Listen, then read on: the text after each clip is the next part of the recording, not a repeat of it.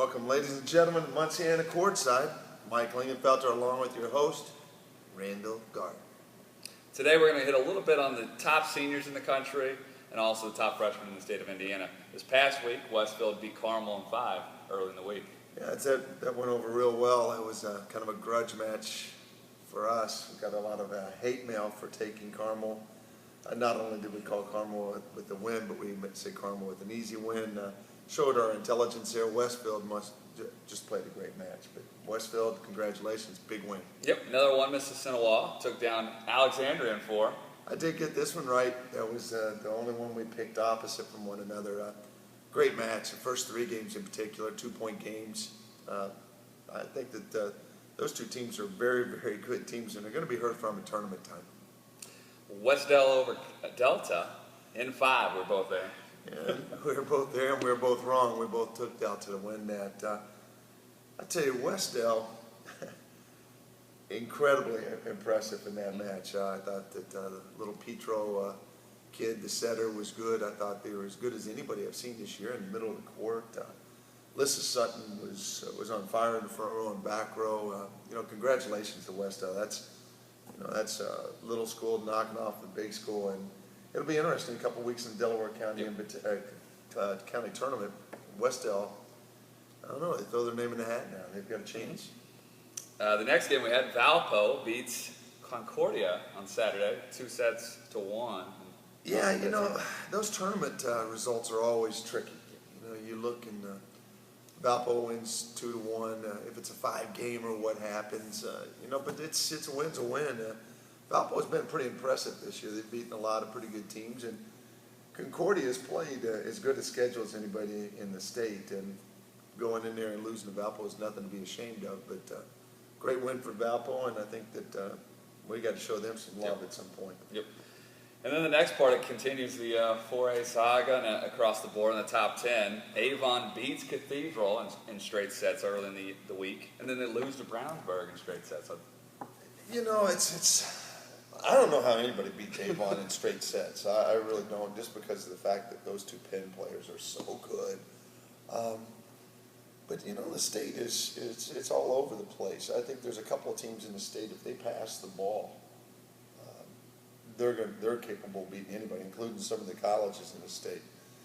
I think that right now the only team that I've seen on a day in, day out basis that handles the ball real well may be Roncalli. When Cathedral handles the ball, they're as good as anybody. When Center Grove handles the ball, they're as good as anybody. When Avon handles the ball, they're as good as anybody. But then when those teams don't handle the ball, they're capable of losing to anybody, and that's what you're seeing right here. Avon, a great victory over Cathedral, and then Brownsburg's not. It's not like Brownsburg is some bad team. They're very, very good. 12-2 on the year.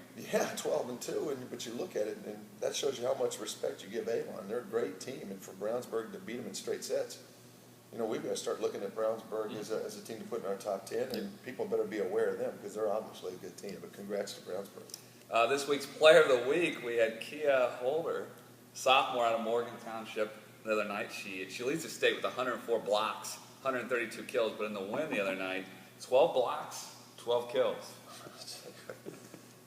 I tell you what, some of these guys are putting up crazy numbers. Miss Ferris last week blowing up, and evidently she did again this week. Ailey Ferris killing it again dig-wise, but Kia Holder, 104 blocks on the season, 132 kills. And never do you see a player that has almost as many blocks as they do kills.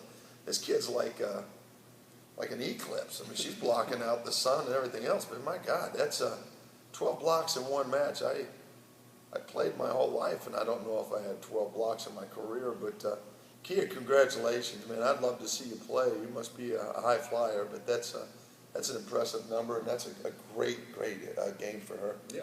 And the next part we're going to go to, Gear Munciana, top freshman. I wanted to hit on a few of them. The first one, Allison Dinneman, new pal. She's first in the kill as freshman with 257. She also leads as all freshmen with 48 aces, and fourth in digs at 162.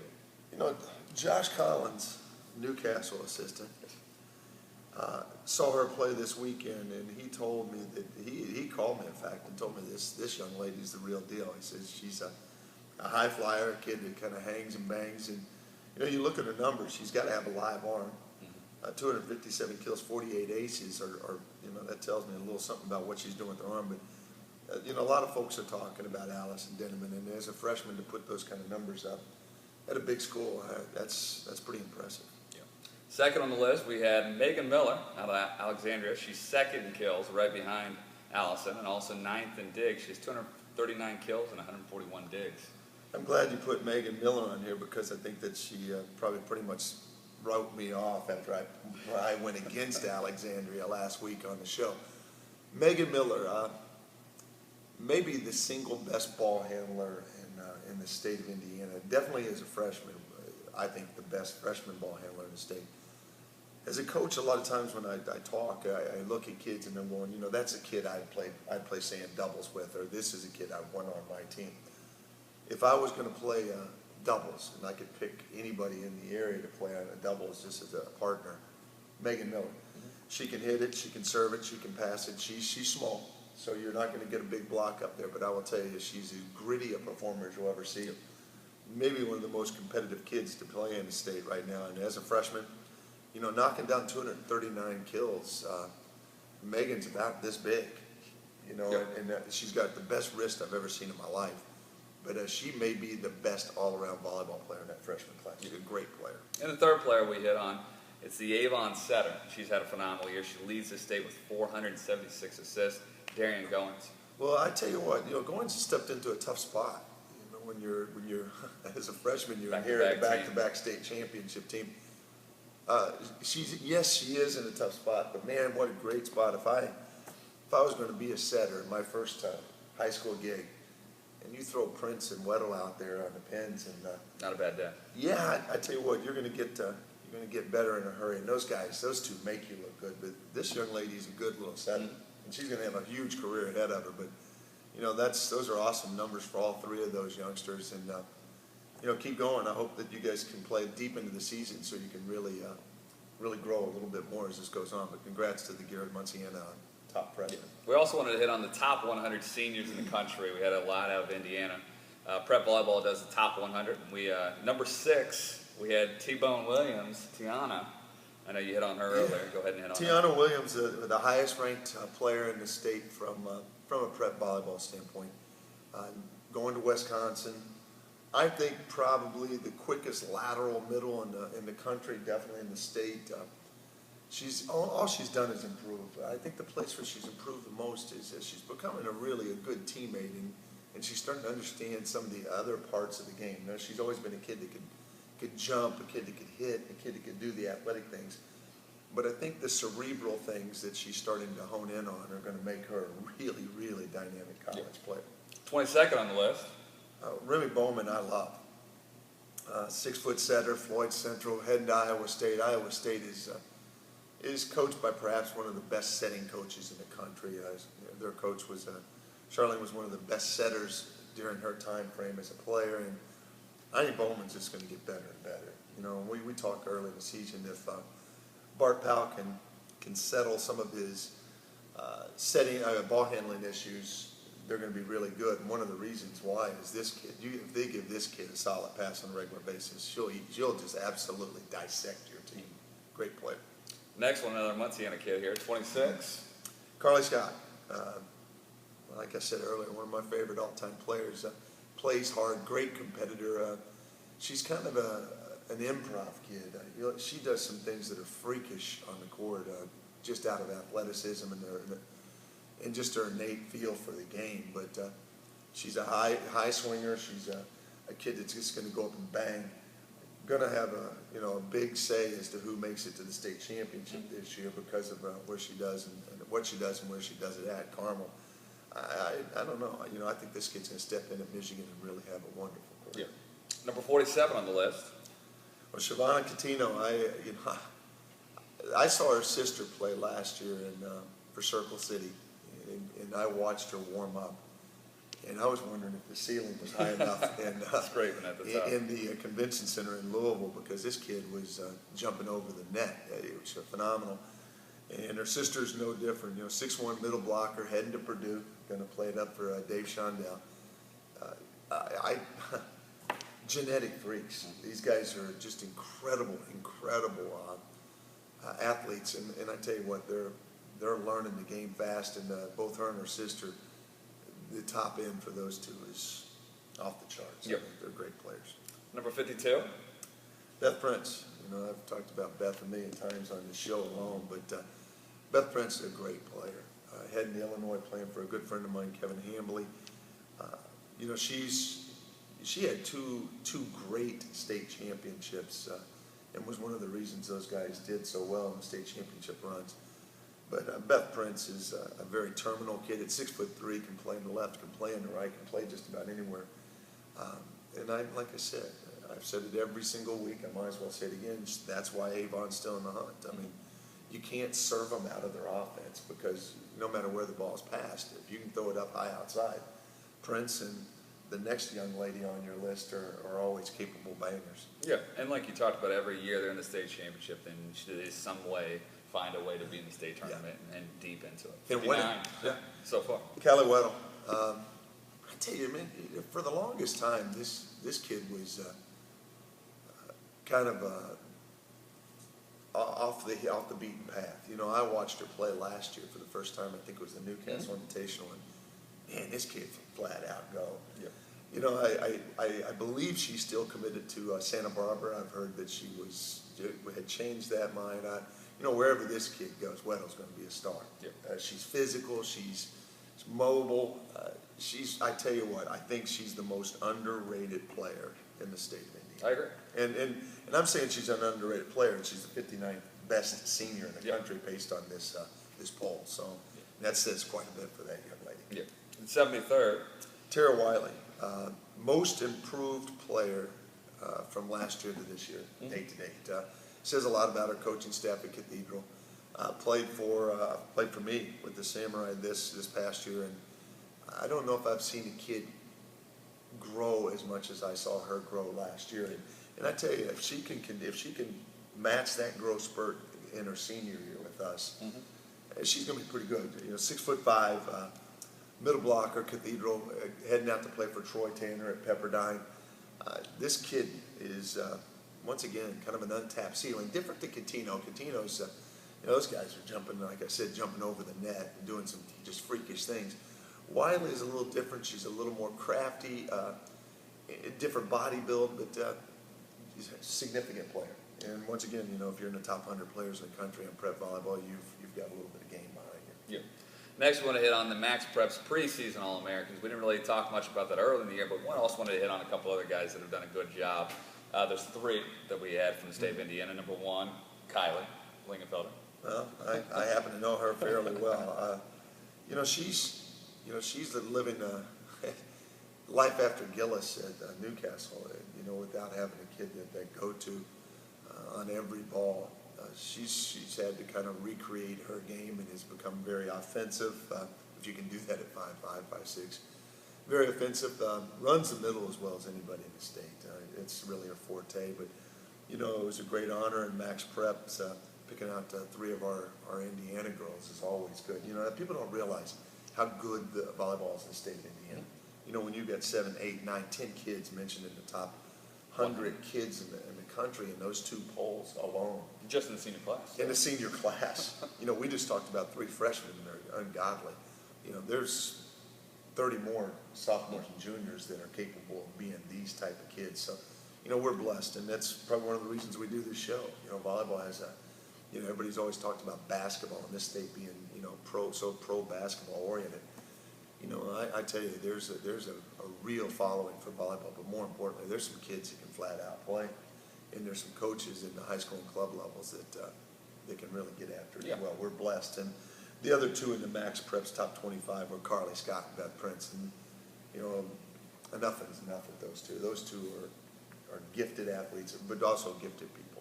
Yeah, another thing about Kylie that's so surprising if you look back at her numbers. I mean, she's leading the state in assist without Gillis, like you just hit on. And she's also done a great job of just finding ways to get Peyton Anderson the ball, and she's leading the state. Yeah, I mean, that's what setters do. You do what you do, and you know, sometimes, like I said, I've told her 1,000 times, it is what it is, but your job is to find a way to win. And You know, all these kids that we mentioned, that's what they do. They win. If you took the combined record of all of these youngsters as seniors, what their combined record is for their high school careers, I think you'd be blown away. Yeah. It would be a phenomenal number. All of these young ladies win. But one of the things, it's been really neat for me for the most part, the great majority of these kids I've gotten to know pretty well. These kids are champions both on and off the court. These are great kids. Yeah. All right, next on the list, games of the week. Here we go. Monday night, Roncalli 17-2 versus Perry Meridian 12-2. You know, the state of Indiana right now is it's a dumpster fire. Every week, somebody I look, I'm going, this is going to be the team to beat, and then they lose on Monday 3-0. Yeah. You know, Roncalli, I tell you, I'm still very impressed with Roncalli, and if they get the, AJ McGraw out there, get healthy. If they can get her healthy, they're the total package. I love the setting. I love the bro. I love the attack that they put on, and I really think they're very well coached. They pass the ball as well as anybody in the state, and for that reason, I'm going to take Roncalli in a good match over a very, very good Perry Meridian team. I agree. Same thing we talked about Bailey last week. She gets held in back row. Got a great setter. I just think it might be just a little too much. On Wednesday, Noblesville, which they've had a great year this year, versus Carmel. Noblesville 17-5. Carmel's 15-6. I watched Noblesville play a couple weeks ago, and I watched an awful lot of volleyball, probably too much. And after I watched Noblesville play Newcastle, I went up and talked to Steve Hawthorne, the coach at Noblesville, and I told him it was as well a coached game as I've seen in a long, long time. He's doing a great job. There's nothing you can say other than that. Noblesville has been a group that I've always wondered. It's a good talent base and a lot of athletes in the area. Steve is one of the first guys to really harness a lot of that. It's a very good team. I've watched them play, once or twice, and they got some kids that can go. Yep. They got good athletes. They've got strong athletes. They've got depth in a lot of positions. They're as good as anybody. Carmel, there's not a whole lot to say. Rich Coleman does a good job coaching. They've got some very good young players, a good young setter, a good young middle that I think are growing into their positions. They lost an awful lot of talent last year, and all they're doing is still playing with the best teams in the state on a regular basis. And Carly Scott, and that one, I love where Noblesville is, and a lot like Hamilton Southeastern, maybe a year away. Yeah. I like Carmel. Yeah, and so do I. On the Thursday match, we got Brownsburg, which has kind of been the surprise team we've been talking about, 12-2 versus Westfield, 14-6. They got Huser back, and they're really doing a pretty good job. They got the kid on the right side, Natalie. She's doing a great job. And, they're pretty good too. They took down Carmel last week. Well, this is going to be a game where you see exactly where Brownsburg is. Brownsburg's been in a really good spot. Where Cathedral came out and had a bullseye right on their butt. Yep. All year long, people have been firing away at them. That's a hard spot to be. I said in our first show, I didn't envy Gene Kesterson's spot, with everybody in the country, glaring down on him. But Brownsburg is like a sniper. They've been hiding and picking people off. Up until this last weekend, I really didn't know exactly what to expect. Then you take down Avon in 3, which, like I said, that's a huge win. Westfield surprised the heck out of me last week with the Carmel win, and I went against them. I'm going this week. I'm going this week. I'm just because I don't want to get my tail handed to me by Stace Bernard. I'm going to go with Westfield with the quickly getting healthy Hauser, and I'm going to say in a very, very good match, and we'll find out what Brownsburg's about either way. Yeah.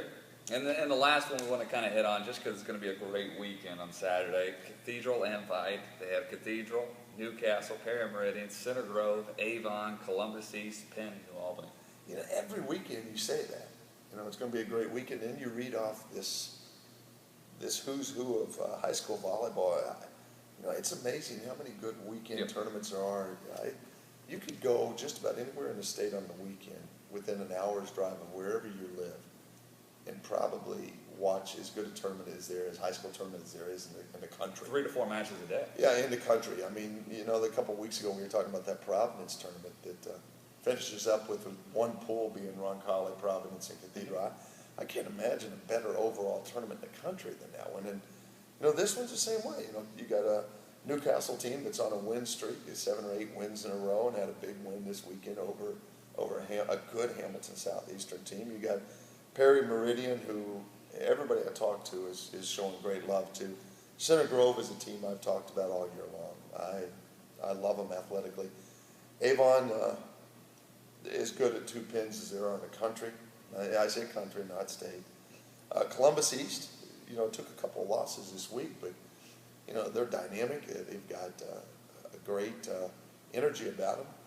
Penn is a traditional powerhouse from the north, and New Albany.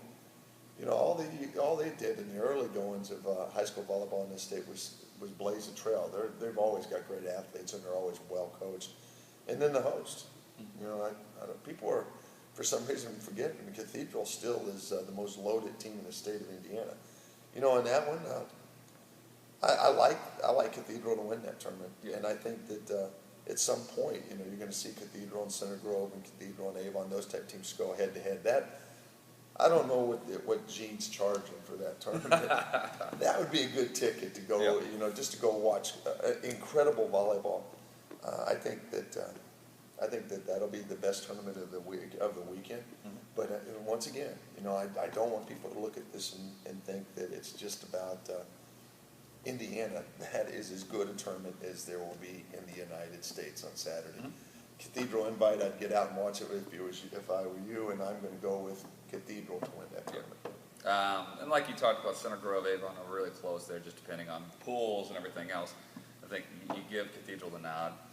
Is that what you're saying? You're saying Cathedral? I'm going Cathedral. All right. I'm going with you on that one. If you guys notice, he picked every team that I picked this week because I'm ahead in this, I think, by 3 right now. But that's all right. That's all right. Sometimes you got to take chances. Courtside top 10. We're going to go ahead and get started. We'll start at number 10. Not starting at number 10. We're not? I'm going to go honorable mention. I tell you, this week was the hardest week for me. I want to give an honorable mention. Mishawaka Marion, always in the hunt for a state title. I like what they're doing.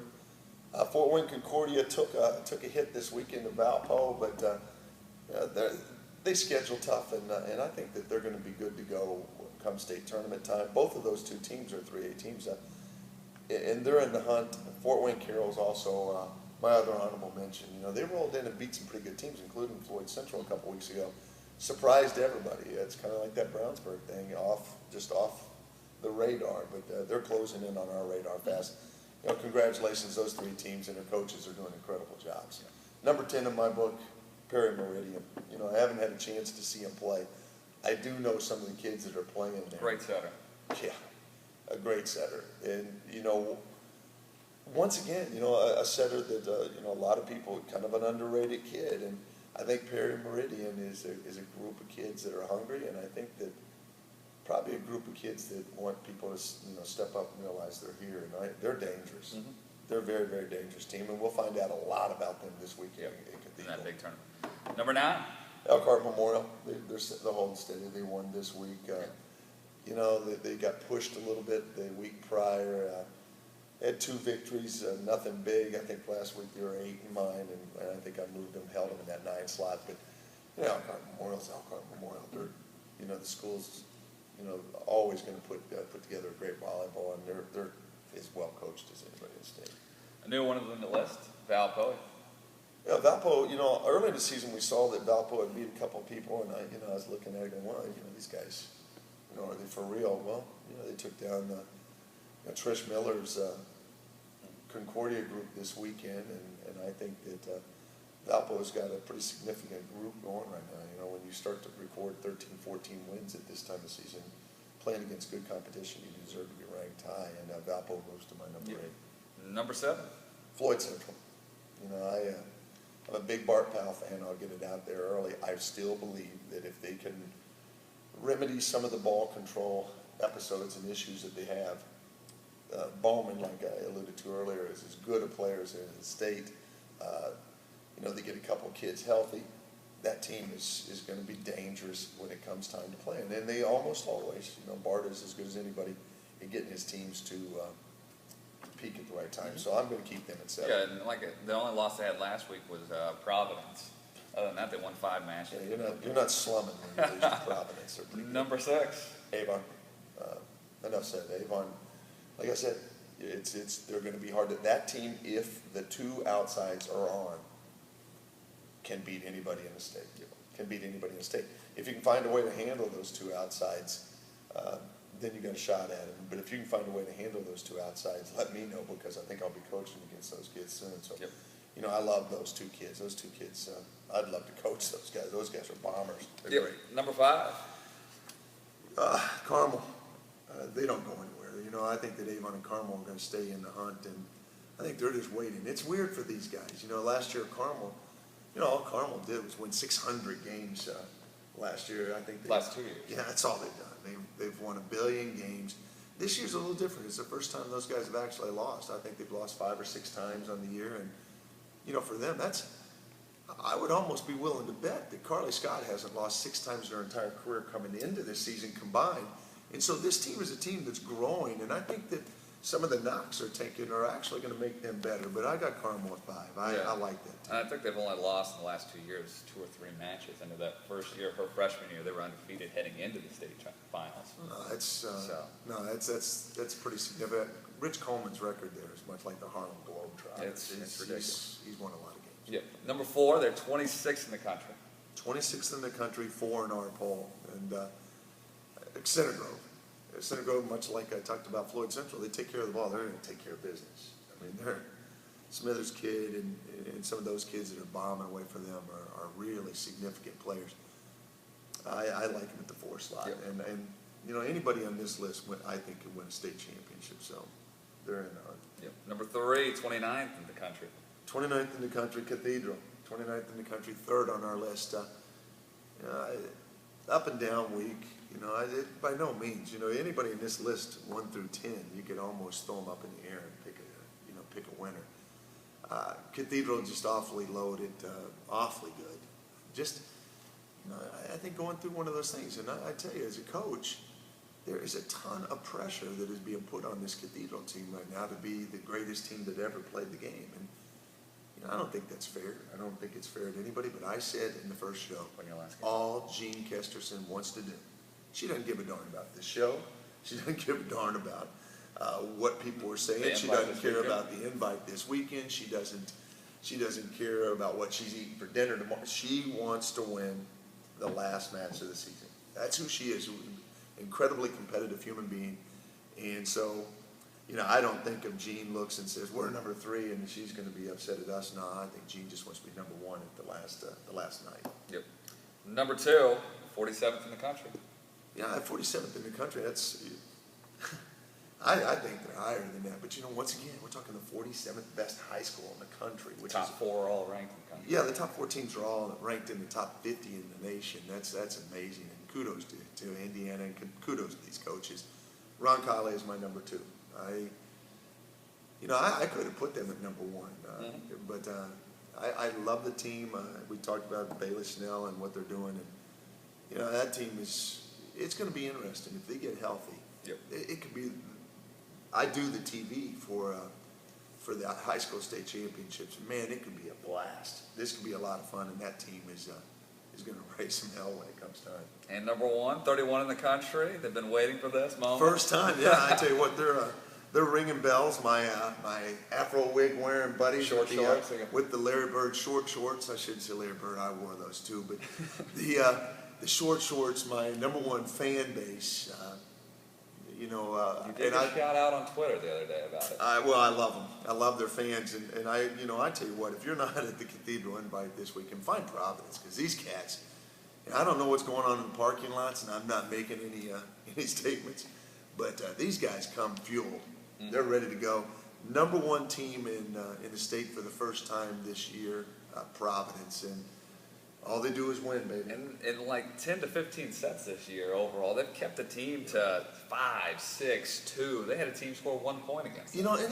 And not to carry on and not to bludgeon the team that only got 1 point. Keep in mind, and I don't know if people look at it. They look at it going, they won 25-1. That team must be bad. No.